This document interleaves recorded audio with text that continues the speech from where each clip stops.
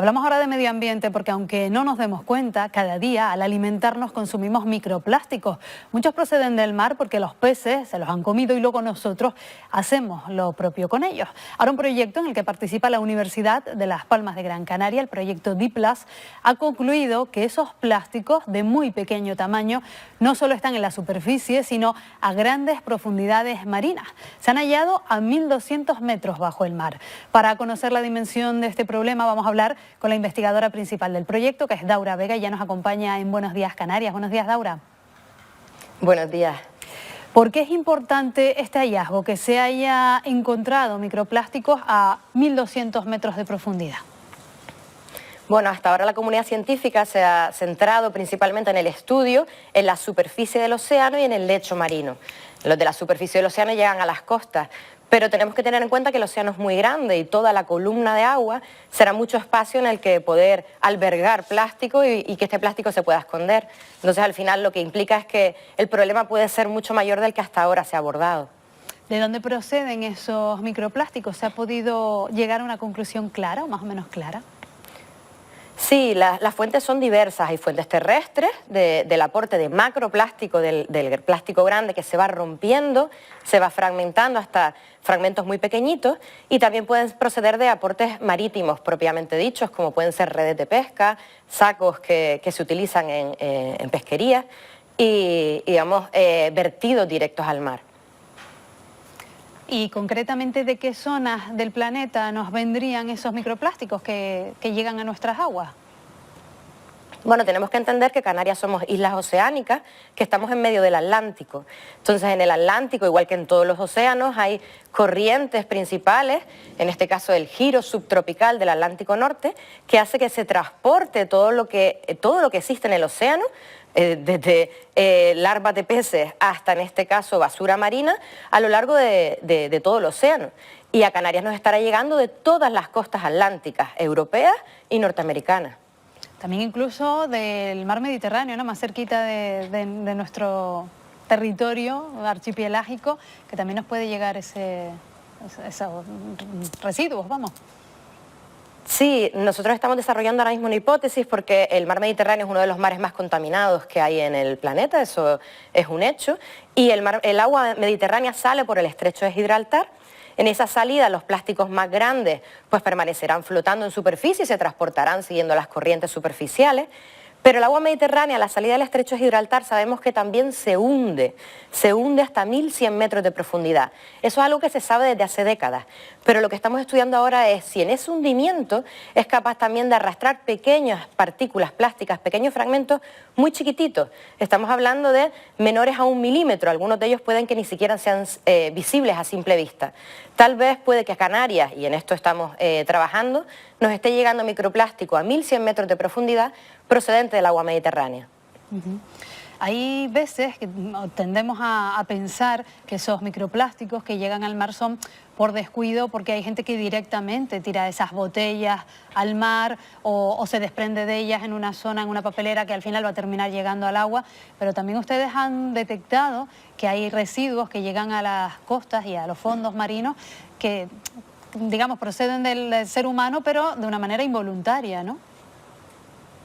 Claro, al final es que todo acaba en el mar, el 72% de la superficie del planeta es océano. Entonces, todo lo que tiremos en tierra o, digamos, no tengamos el suficientemente cuidado de gestionarlo en tierra, como por ejemplo aquí en Canarias en los barrancos, va a acabar en el mar. Entonces, a lo mejor el lanzamiento, digamos, o digamos la mala gestión de ese residuo en un barranco, desde luego la intención no fue dejarla en el mar, pero si la dejas en el barranco, indirectamente acabará en el mar. Si extrapolamos eso a todo el planeta, pues al final lo que estamos teniendo es que el vertedero mundial de plástico está siendo el océano. Y eso significa también que podemos tener mucha conciencia medioambiental, pero sin querer, sin darnos cuenta, también estamos contaminando. Por ejemplo, a través de nuestras lavadoras. Me llama mucho la atención este aspecto concreto. Sí, bueno, estamos hablando ahí de microfibras, pero si tenemos en cuenta que gran parte de la ropa que usamos hoy en día es sintética, al lavar se van a desprender fibras y de hecho se desprenden miles de fibras en cada lavado.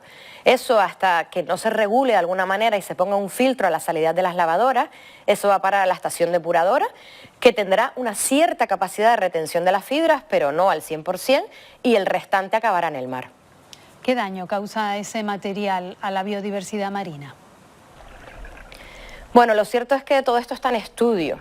El impacto real, digamos, completo no se sabe. Se sabe que los impactos pueden ser dos. En función del tamaño del animal puede generar problemas en su alimentación, porque si el plástico ocupa su contenido estomacal, pues tiene menos hueco para el alimento. Ese sería, digamos, un daño directo, incluso cuando el plástico es grande, pues por asfixia directamente. Pero también hay un efecto indirecto debido a los contaminantes químicos. El plástico es un compuesto químico que tiene ciertos contaminantes en su composición, pero además de esto se le pueden adherir otros contaminantes añadidos. Al final lo que tenemos es un cóctel químico, por decirlo de alguna manera, en el plástico que estará entrando en los organismos y aún no se sabe qué implicaciones futuras puede tener eso. ¿Se llega alguna vez a eliminar del todo el plástico que cae al mar o lo que cae allí se queda?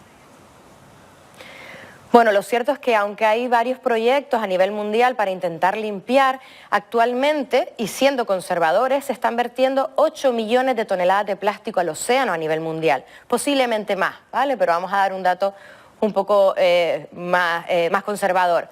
Si por muchas acciones que se hagan, limpiar 1 o 2 toneladas no será nada, si estamos diciendo que son 8 millones de toneladas las que caen anualmente. Al final se sigue acumulando plástico en el océano.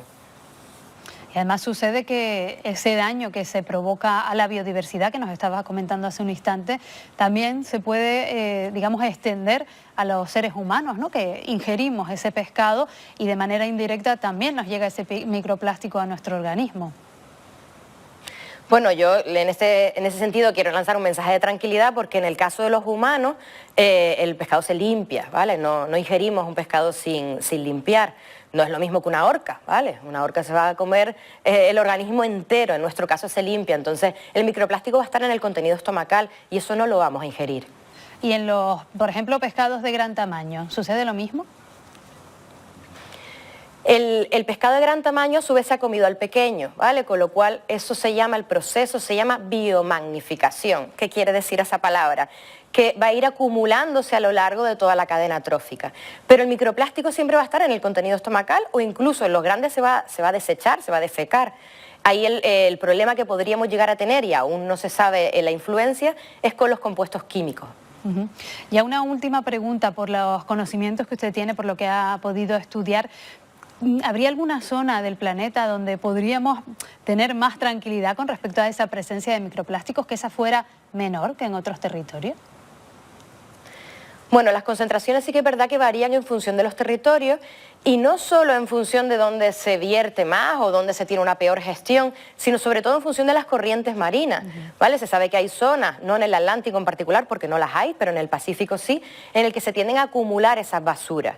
Entonces, respecto a concentración sí que es verdad que va a haber zonas más contaminadas que otras, pero tenemos que tener en cuenta que ahora mismo hay certeza que el microplástico está presente en el Ártico y en el Antártico. Destaco estas zonas porque son zonas que no tienen población y aún así tienen presencia de microplástico.